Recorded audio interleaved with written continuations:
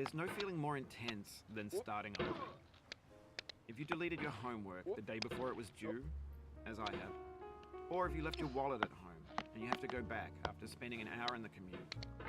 If you won some money at the casino and then put all your winnings on red but it came up black. If you got your best shirt dry cleaned before a wedding and then immediately dropped food on it. If you won an argument with a friend and then later discovered that they just returned to their original view. Starting over is harder than starting up. If you're not ready for that, like if you've already had a bad day, then what you're about to go through might be too much. Feel free to go away and come back. I'll be here. Alright, thanks for coming with me on this trip. I'll understand if you have to take a break. Just find a safe place to stop and quit the game. Don't worry, I'll save your progress, always, even your mistakes. This game is a homage to a free game that came out in 2002, titled Sexy Hiking. The author of that game was Jazuo, a mysterious Czech designer who was known at the time as the father of B games. And B games are rough assemblages of found objects. Designers slap them together very quickly and freely, and they're often too rough and unfriendly to gain much of a following. They're built more for the joy of building them than as polished products. In a certain way, Sexy Hiking is the perfect embodiment of a B game. It's built almost entirely out of found and recycled parts, and it's one of the most unusual and unfriendly games of its time. In it, your task is simply to drag yourself up a mountain with a hammer. And that act of climbing, in the digital world or in real life, has certain essential properties that give the game its flavor. No amount of forward progress is guaranteed. Some cliffs are too sheer or too slippery.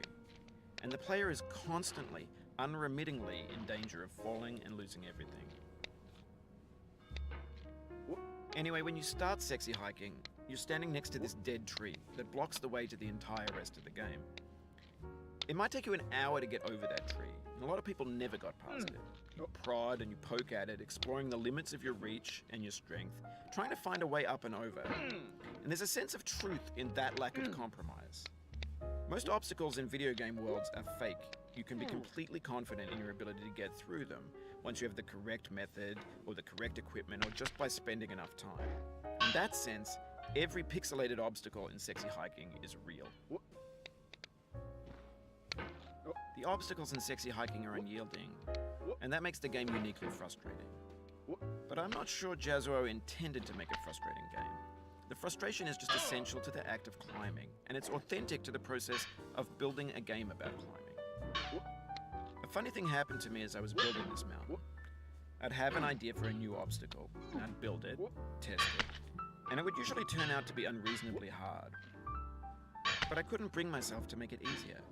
It already felt like my inability to get past the new obstacle was my fault as a player rather than as a builder.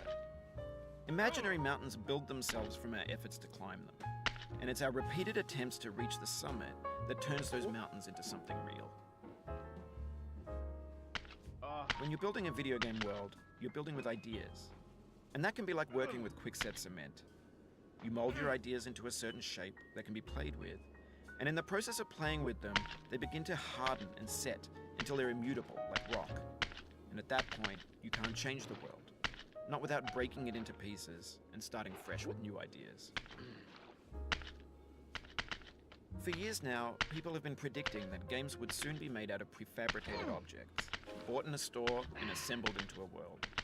And for the most part, that hasn't happened, because the objects in the stores are trash. I don't mean they look bad or that they're badly made, although a lot of them are.